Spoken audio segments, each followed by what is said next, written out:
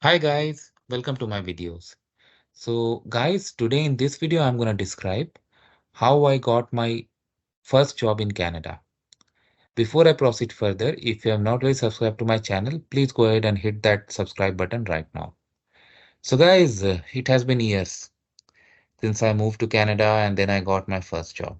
So I'm going to describe how it worked out for me. So when I came to Canada back in 2012, I was on a closed work permit.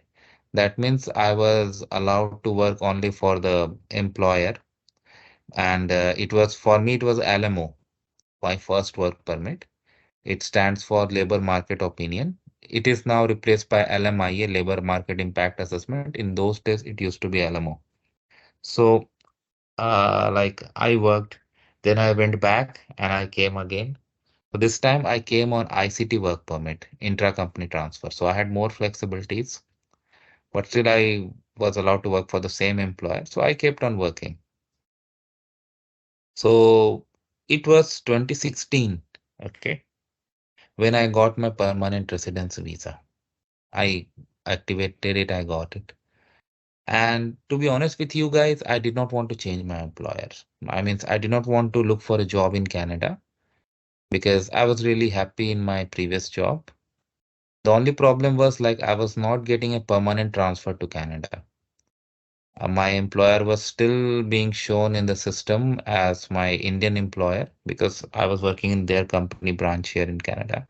And I really did not want to go back. So I had to try everything that I could to stop. So when it was not working in my favor, I decided to look for a job, and that's where my real job hunting started.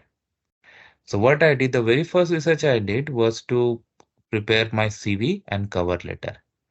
Now, in a lot of job portals, if you see, cover letter is not required. But if you want to take my suggestion, write an excellent cover letter. Because what I have seen that before recruiters or employers take a look at your CV, they'll take a look at your cover letter. It's like a summary, right? So if you can write good summary about yourself, something that is gonna be eye-catching, probably that increases your chances of getting a call for the interview.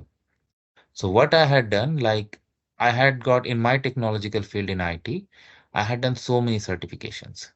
So I had attached it as a table. Okay. I had attached it as a table, my other accomplishments, like those things I mentioned. And according to the job I applied, in a very small paragraph, in a few lines, I was describing that how I could be a perfect fit for the job. Again, not everything is in your hand, but that's what you can do. So I started applying, and it took some time. It took some time. So what happened? Like I got first interview call. It was an employer in Guelph. I went for the interview, and to be honest with you guys, they did not select me.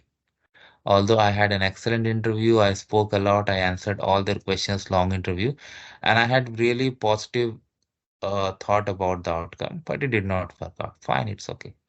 I kept on applying. Now, when it comes to applying, I used Indeed, Workopolis. These two sites I used mainly because I was already employed. Okay.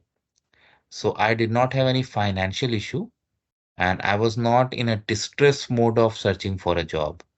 So I was calmly filtering the job openings that I was seeing online and I was applying only to the jobs where I could be a fit because I did not want to waste anyone's time. If I'm being offered a job or if there's a job offering where the salary is not meeting my expectation, roles, responsibilities, I will not miss wasting my time or anyone's time going after them. So I did like that. Okay. I got the second interview call. This time it was from downtown Toronto and I got selected. But during salary negotiations, they were offering me less than what I was getting. And I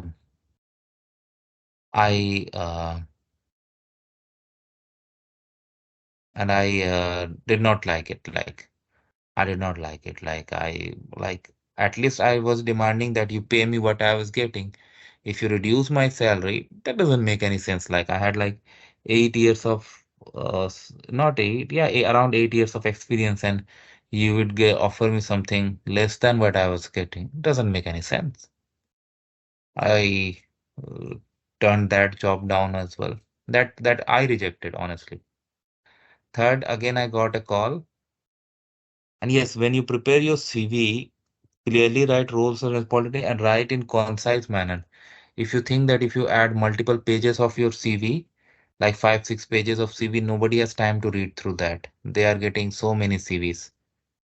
So your CV will hardly get a traction of a minute. So you need to write something that clearly catches their mind, and then that increases your chance of getting a call. So my third interview call, this time it was from a law firm. And to be honest with you guys, I was not selected over here, although I had excellent interview. But maybe they found someone better, or maybe my salary expectations were higher. I did not hear back. Fine, gone. Then came the final job that I really joined, and it turned out to be my first job in Canada, considering switch, because the job I came and did on my work permit was something I had got from India. So I would consider my first Canadian job hunting this job. So for this job also I had followed the same strategy, and one day I got a call. I went for the interview and all, everything went well.